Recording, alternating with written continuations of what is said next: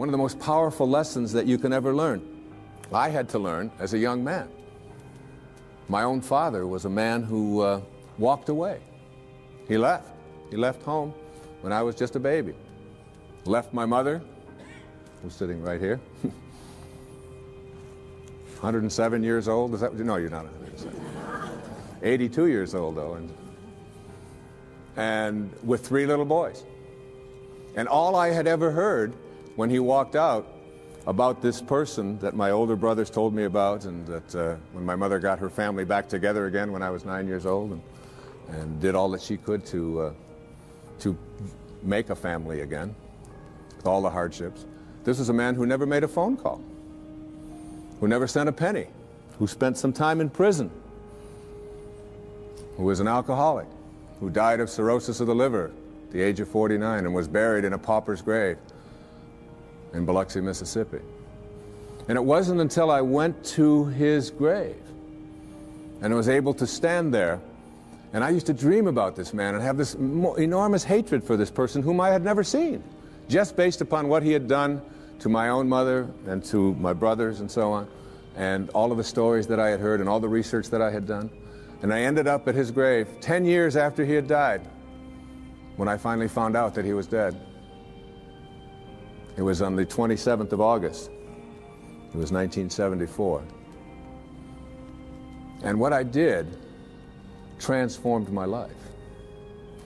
What I did is I believe I was sent there by God, or whatever you want to call that divine spirit, the divine presence.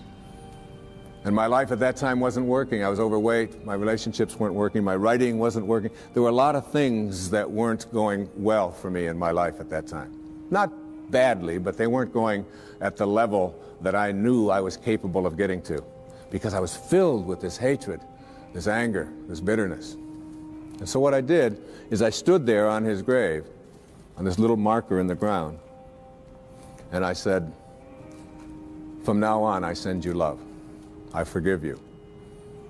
Mark Twain said that forgiveness is the fragrance that the violet sheds on the heel that has crushed it. And once I let go of that anger and that hatred and all of my attachment to the bonding that I had done with these wounds, and let go of that and cleared that out of my life, my writing began to take place at a much higher level. In fact, I wrote Erroneous Zones in very, very short time after that. I began to get myself back in shape. I began to eat better. I began exercising, got my weight down. And the people that were supposed to come into my life, like my beautiful wife, who sits here with me this evening, and all of our children, some of whom are here this evening,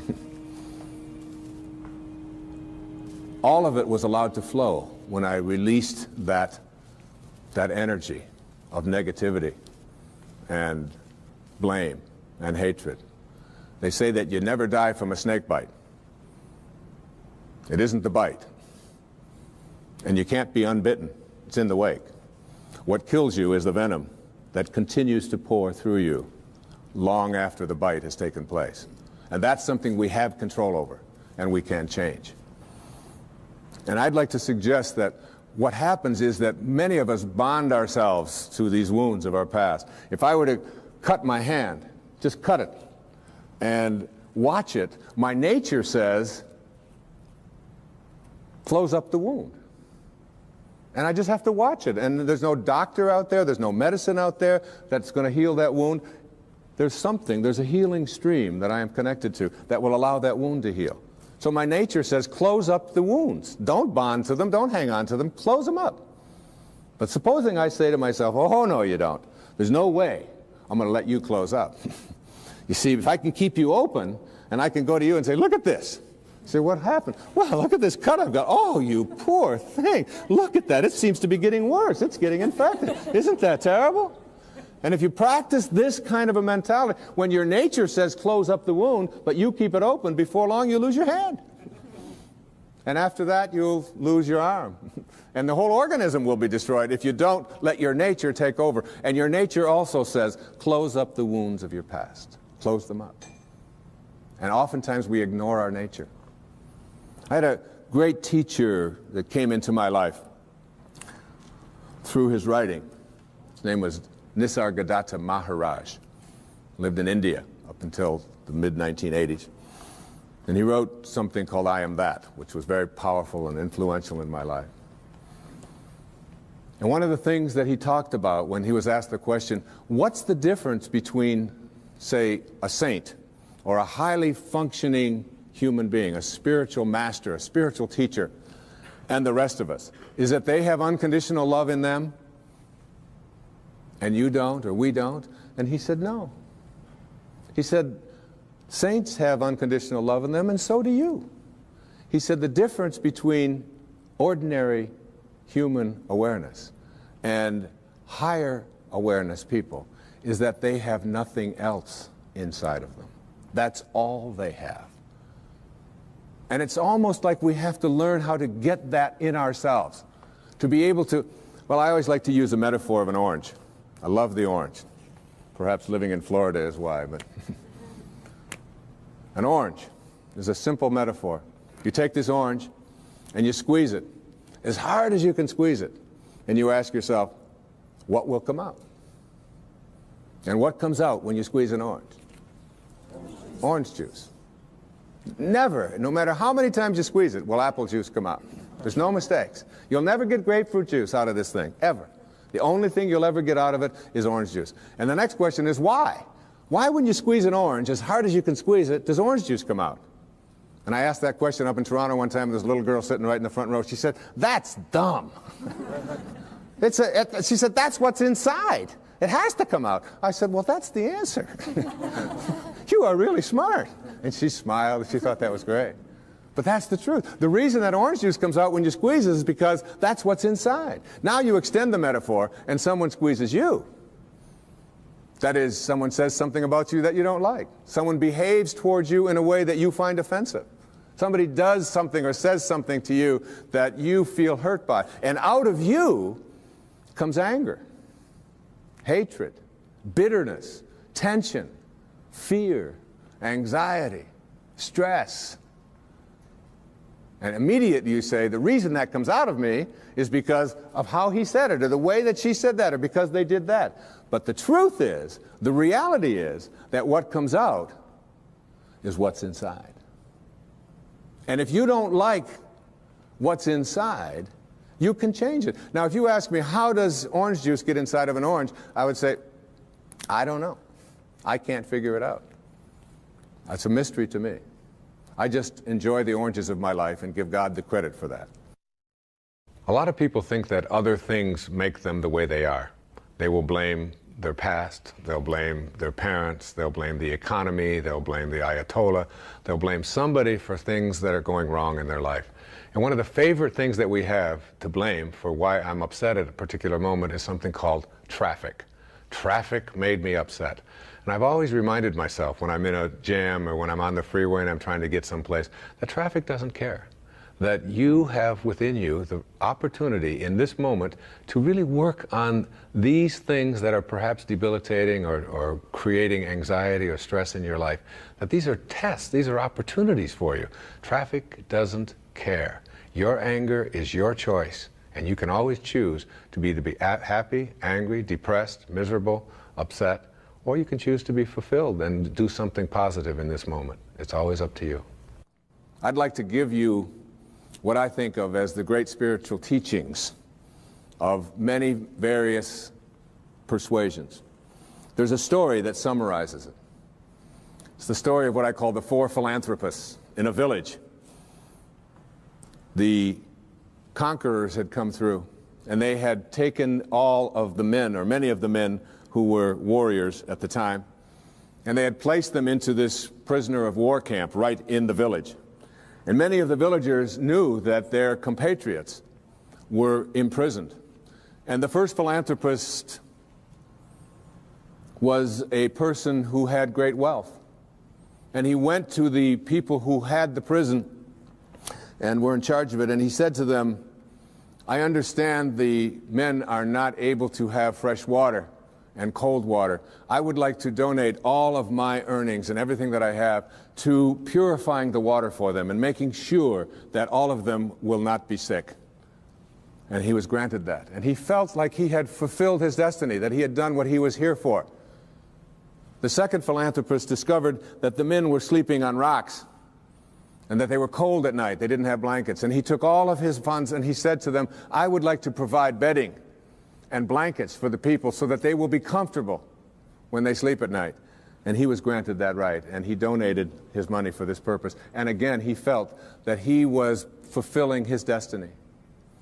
The third philanthropist discovered that the food that they were eating was inadequate, that they were just given beans and water and some bread. And so he said, I own a farm, and I'd like to grow all of my food, and I'd like to take this food to all of these prisoners. And he was granted that right. And all three of these great philanthropists in the village felt that they had really completed their mission for why they were here. But the fourth philanthropist was a saint. He was living not at ordinary human awareness, but at higher consciousness levels. And he went and he found out where the keys were. And he went to the prison at night and he released all of the prisoners. And this little metaphorical story really tells us that when we are living at ordinary human awareness, there's nothing wrong with those who are out there who can help us to suffer in comfort, all right? And many of us have learned to do that and accept that and say, all right, as long as I'm comfortable, even if I'm suffering, it's okay. But there are those who have keys, and those keys can open the prisons. One of the great teachers in my life was Carlos Castaneda. And Castaneda talked about his teacher, who was what they call a nagual, a Native American term that refers to all that is knowable. And his teacher told him that your life is like being born into a room, a mansion, if you will, that has 1,000 rooms. But you're born into one room. And this one room is called daily human awareness. And the only way you can get in is through conception and birth. You're in. And the only way you can get out, we are taught, is to die. So we spend our lives in this mansion in one room, even though there's 999 other rooms. We don't know how to get out into those rooms unless we die. So we wait to die. And what his teacher told him is, I can teach you how to get out of the room of daily awareness and into the other 999 rooms. And if you stay with me and learn all that I have to give you, I can teach you how to get out of the house altogether without having to die. And what we have to do in order to get to that place where we can take the keys and unlock the self-imposed prisons, or the prisons that we have given ourselves on the basis of what we have come to believe is our limitations, what we can and can't do. We have to let go of that. And I call it rewriting our agreement with reality. We literally have to make a whole new contract with what it is that I perceive to be what is possible for me. And in order to do that, we have to shift out of the things that we have come to believe in, and everything that you came to this program watching tonight that you believe in was handed to you by someone else outside of you, was handed to you by the experiences or testimony of someone in the past, and because it comes from outside of you, there is still an element of doubt. And this element of doubt isn't bad, but it keeps you from reaching higher levels, because what you think about is what expands. And if you're thinking doubt, then doubt is what expands. William Blake said, if the sun and moon should ever doubt, they would immediately go out. So how do we get past what we believe in or what has been handed to us and still honor it and be grateful for all of the teachers and all of the people who have come before us? So what we have to learn to do is let go of that tribal consciousness and shift to what I call a knowing. Now, there's a big difference between what you believe and what you know. Everything that you know is something that you have made conscious contact with. Conscious contact. So there's nobody out there watching. There's nobody in this world who knows how to swim, who learned it by somebody else telling them that you can swim, or by watching Mark Spitz go through the water, or by observing other people doing it. You may remove some of the doubt, but you will never know how to swim until you get in the water and blub around a few times and then do it. And then you'll have a knowing, and that knowing is something that you'll never lose, just like riding a bicycle or dancing the Macarena or making a lemon meringue pie or anything that you know how to do. It's because you've made conscious contact. And I'd like to suggest that there's a big difference between knowing about a divine presence, knowing about a sacred awareness, knowing about God, and knowing God. There's a big difference. Just like there's a big difference between knowing about the possibility of being able to heal myself of something that is bothering me, perhaps a disease process. I perhaps may believe that it's possible because I've read other people and I've heard others say it. And I've read the testimony and I've listened to the tapes and I've gone to the seminars. But until you have made conscious contact with it, you'll never know it. And I'd like to suggest there's a wonderful poem. I'd like to share this poem with you. It's written by a wonderful woman. Her name is Valerie Cox. And she lives up in Seattle, and she's written quite a bit of poetry. This particular poem really speaks to me to the difference between what you know and what you believe in. Immerse yourself in these words. A woman was waiting at an airport one night with several long hours before her flight. She hunted for a book in the airport shop, bought a bag of cookies, and found a place to drop. She was engrossed in her book, but happened to see that the man beside her, as bold as could be, grabbed a cookie or two from the bag between, which she tried to ignore to avoid a scene. She munched cookies and watched the clock as this gutsy cookie thief diminished her stock. She was getting more irritated as the minutes ticked by, thinking, if I wasn't so nice, I'd blacken his eye. With each cookie she took, he took one too. And when only one was left, she wondered what he'd do. With a smile on his face and a nervous laugh, he took the last cookie and broke it in half. He offered her half as he ate the other. She snatched it from him and thought, oh, brother, this guy has some nerve, and he's also rude. Why, he didn't even show any gratitude. She had never known when she had been so galled, and sighed with relief when her flight was called. She gathered her belongings and headed to the gate, refusing to look back at the thieving ingrate. She boarded the plane and sank in her seat, then sought her book, which was almost complete. As she reached in her baggage, she gasped with surprise. There was her bag of cookies in front of her eyes. I love that. I love that. If mine are here, she moaned with despair, then the others were his, and he tried to share. Too late to apologize, she realized with grief that she was the rude one, the ingrate, the thief, the cookie thief. And all of us in some ways are cookie thieves.